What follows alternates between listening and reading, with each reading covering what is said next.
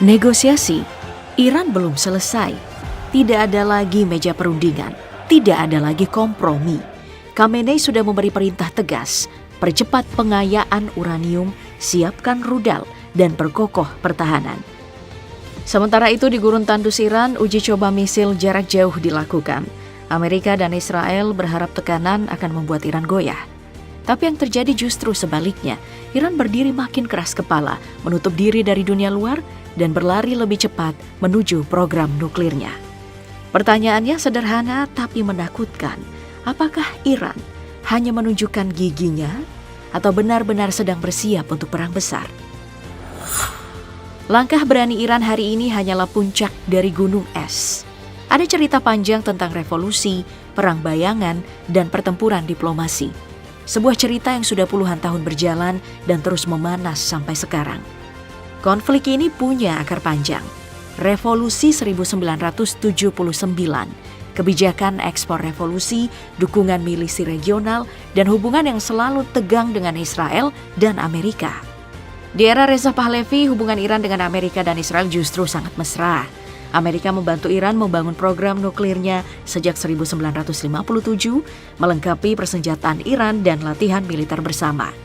Israel pun juga merupakan pembeli utama minyak Iran, sekaligus membuka pasar ke Eropa dan negara dunia ketiga. Bahkan, ada proyek militer rahasia bernama Project Flower, sebuah kolaborasi untuk mengembangkan rudal baru. Ironinya, aliansi ini kemudian runtuh total pasca revolusi 1979.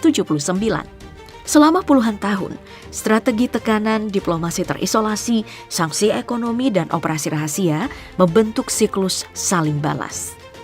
Tekanan ini membuat Iran bangun program udara, rudal, dan nuklir yang sekarang jadi pusat perseteruan. Tapi ada yang berubah akhir-akhir ini. Skala dan keterus-terangan serangan meningkat. Salah satu keterus-terangannya adalah pembunuhan Panglima Militer Qasem Soleimani pada awal tahun 2020 akibat serangan rudal Amerika di Irak, sekaligus jadi titik balik yang menggoreskan luka dalam tubuh Iran. Disusul terbunuhnya Hasan Nasrullah, pemimpin Hizbullah di Lebanon pada tahun 2024, dan api permusuhan kian membara. Puncak ketegangan terjadi pada Perang 12 Hari dengan Israel. Iran dihujani serangan udara besar-besaran, sementara Amerika Serikat ikut campur langsung dengan mengebom fasilitas nuklir Iran. Serangan ini bukan cuma merusak infrastruktur, tapi juga jadi pesan.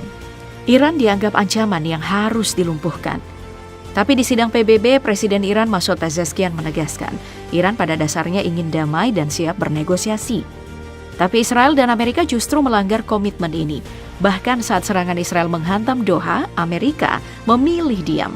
Sikap ini pun menampilkan wajah absurd dan kontradiktif dari pemerintahan Trump dan Gedung Putih. Alih-alih dilihat sebagai mediator, Amerika justru dipersepsikan sebagai aktor agresif yang memperburuk konflik. Dan bagi Iran, inilah bukti nyata bahwa jalur diplomasi hanyalah ilusi. Maka tidak heran, pilihan konfrontasi mulai dianggap sebagai satu-satunya jalan. Ketegangan pun semakin naik ketika muncul pernyataan kontroversial dari Direktur Mossad, David Barney. Ia terang-terangan mengatakan, kalau Israel punya kemampuan besar di dalam Iran, kemampuan yang belum sepenuhnya dipakai. Sebuah ancaman halus, tapi jelas bikin Iran geram. Di sisi lain, Amerika ikut menekan dengan unjuk kekuatan. Kapal induk USS Nimitz dikerahkan ke kawasan Teluk, kapal induk yang dikenal sebagai pusat komando serangan udara ke sejumlah fasilitas nuklir Iran. Bukan cuma itu, 2 pesawat pengintai dan helikopter Amerika juga berani terbang ke atas Selat Hormuz, jalur vital yang dikuasai Iran. Amerika sebenarnya memberi syarat, hentikan intervensi kalau Iran mau membatasi jangkauan rudalnya di bawah 500 km. Tapi bagi Iran, ini sama saja menyerahkan nyawa. Rudal adalah senjata utama, pengganti jet tempur modern yang tidak dimiliki. Kalau jangkauan dipangkas, Iran hanya bisa menyerang sekitar Teluk Persia, sementara Israel berada jauh di jarak 1.000 hingga 1.200 km. Singkatnya, Iran akan lumpuh tanpa gigi. Hal serupa terjadi pada program nuklir. PBB kembali menjatuhkan sanksi, tapi Khamenei menegaskan pengayaan uranium bukan sekadar teknis, tapi hak nasional rakyat Iran. Ia menolak keras tekanan internasional terhadap negaranya. Trump pun merespon dengan menambah sistem pertahanan rudal THAAD di Israel.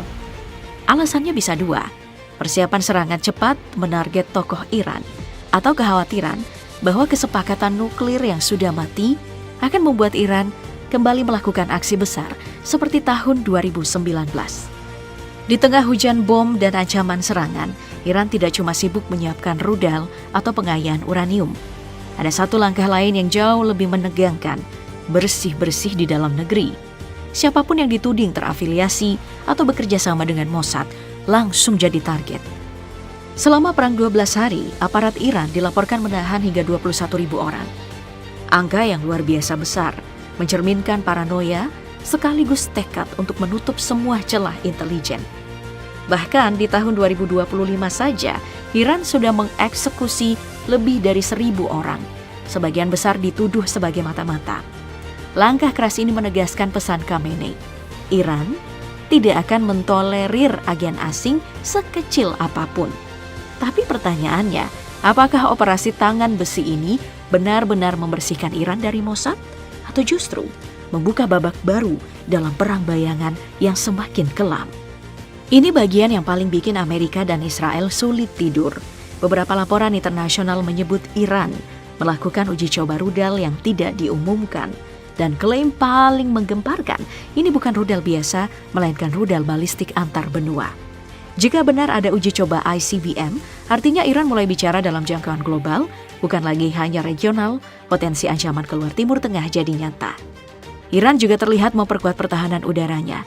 Latihan-latihan besar di barat laut negara itu menampilkan sistem berlapis, termasuk sistem domestik AD-08 Majid yang diklaim mampu mendeteksi dan menarget beberapa ancaman sekaligus.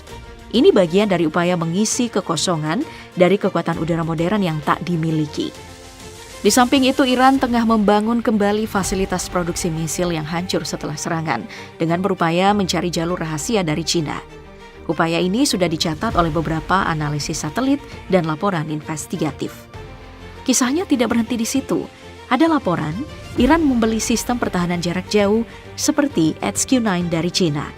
Kemudian bantuan Rusia, termasuk klaim pengiriman MiG-29 dan janji Su-35 selanjutnya akan menjadi penambah daya tempur, meski jet-jet ini bukan generasi paling mutakhir.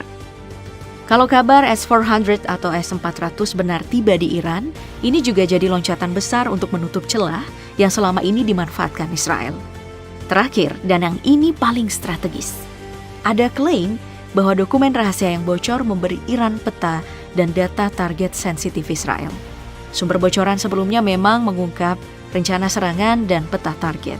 Jika Iran memakai informasi ini untuk menyerang radar dan pusat kendali pertahanan udara Israel, tujuan utamanya jelas, melemahkan lapisan pertahanan seperti Iron Dome sebelum serangan lanjutan.